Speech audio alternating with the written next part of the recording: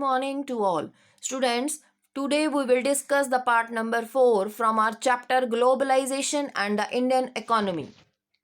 So, today we will discuss factors that enabled globalization. कौन से ऐसे factors थे जिन्होंने globalization को promote किया, globalization अच्छी तरह काम कर पाया, उसको enable बनाया, कौन से factors थे? मैंने यहाँ पे आपको दो main factors बताए हैं, information and communication technology, liberalization of foreign trade जो 1991 में हुआ था. इंफॉर्मेशन एंड कम्युनिकेशन टेक्नोलॉजी में रैपिड इम्प्रूवमेंट इन टेक्नोलॉजी में बहुत ज़्यादा इम्प्रूवमेंट हुई जिससे ग्लोबलाइजेशन बढ़ा, क्योंकि नई नई टेक्नोलॉजीज हमें दूसरी कंट्रीज से भी मिली. फास्ट डिलीवरी ऑफ गुड्स, चीज़ों को एक जगह से दूसरी जगह पर जल्दी और टाइम से भेजा जाने लगा क्योंकि ट्रांसपोर्ट फैसिलिटी इंप्रूव हो गई. Facilities like mobile phone, telephone and computer, ये चीज़ें हमें मिली जो शायद पहले हमारे पास इतने अच्छे लेवल पर नहीं थी. लिबरलाइजेशन ऑफ फॉरेन ट्रेड जो 1991 में हुआ. लिबरलाइजेशन का मतलब होता है बच्चे किसी को भी फ्री छोड़ दो, आप उसके ऊपर इतनी रिस्ट्रिक्शंस मत लगाओ.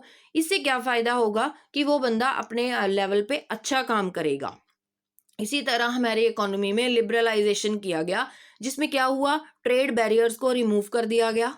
ट्रेड के ऊपर जो रिस्ट्रिक्शंस लगी हुई थी, जो ड्यूटीज लगी हुई थी, उनको रिमूव कर दिया गया. मेक डिसीजंस फ्रीली, अपने डिसीजंस कोई भी जो इकोनॉमी वाला है, जो भी इंडस्ट्री वाला है, वो फ्रीली ले सकता है.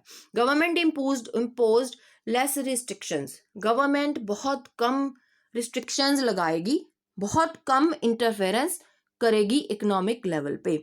इन दोनों की वजह से ग्लोबलाइजेशन बहुत ज़्यादा बढ़ा, बहुत ज़्यादा प्रमोट हुआ.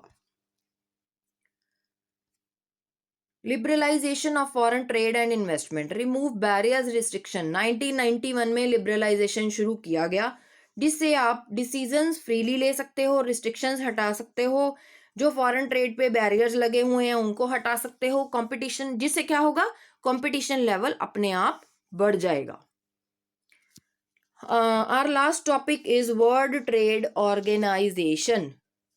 वर्ल्ड ट्रेड ऑर्गेनाइजेशन क्या है? Establishing rule based trading regime free from arbitrary restrictions of the country. अपनी कंट्री के अंदर सीमित ना रह के बल्कि वर्ल्ड लेवल पे एक ट्रेड ऑर्गेनाइजेशन बनी हुई है. You have to follow that their rules. Ensuring optimum utilization of world resources, इनके अकॉर्डिंग पूरे वर्ल्ड के रिसोर्सेज को प्रॉपरली यूज करना चाहिए. प्रोटेक्टिंग इन्वायरमेंट, और इसका सबसे बड़ा काम है कि प्रोडक्शन भी होती रहे और हाई लेवल पे और इकोनॉमी भी बढ़ती रहे पर इन्वायरमेंट भी खराब ना हो. Promoting international trade by removal of tariff, non tariff barriers and providing greater market. सभी कंट्रीज को बहुत अच्छी मार्केट प्रोवाइड करना और जो उन पे बैरियर्स लगे हुए हैं कुछ को रिमूव करना, कुछ को नहीं करना, जिससे इंटरनेशनल ट्रेड बढ़ता रहे, प्रमोट होता रहे. वर्ल्ड ट्रेड ऑर्गेनाइजेशन के जो उनके रूल्स हैं वो है liberalisation. I already told about liberalisation. Privatisation होता है कि जो भी इंस्टीट्यूट गवर्नमेंट के पास अच्छी तरह काम नहीं कर रहे उनको प्राइवेटाइज कर दो, क्योंकि प्राइवेट जो बंदा है वो जब भी किसी इंडस्ट्री को लेगा या उसमें काम करेगा तो वो अपना प्रॉफिट ज़रूर देखेगा. तो अपने प्रॉफिट के लिए वो हाई कंपटीशन लेवल पे उतरेगा, अच्छी से अच्छी क्वालिटी देगा. तो प्राइवेटाइजेशन ज़रूर होना चाहिए. वर्ल्ड ट्रेड ऑर्गेनाइजेशन के अकॉर्डिंग ग्लोबलाइजेशन होना चाहिए.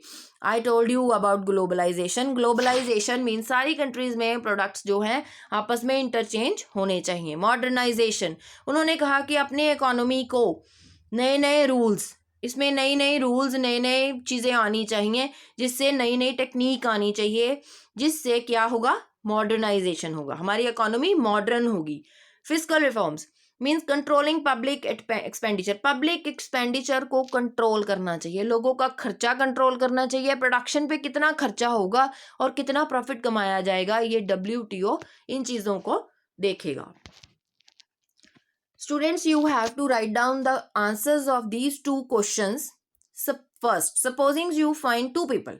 आपको दो बंदे मिले, एक तो ग्लोबलाइजेशन के फेवर में बात कर रहा है, दूसरा उसके अगेंस्ट में बात कर रहा है, वो उसको लाइक ग्लोबलाइजेशन के फंडे को लाइक नहीं करता, देन आप दोनों में से किसको प्रेफर करोगे और क्यों?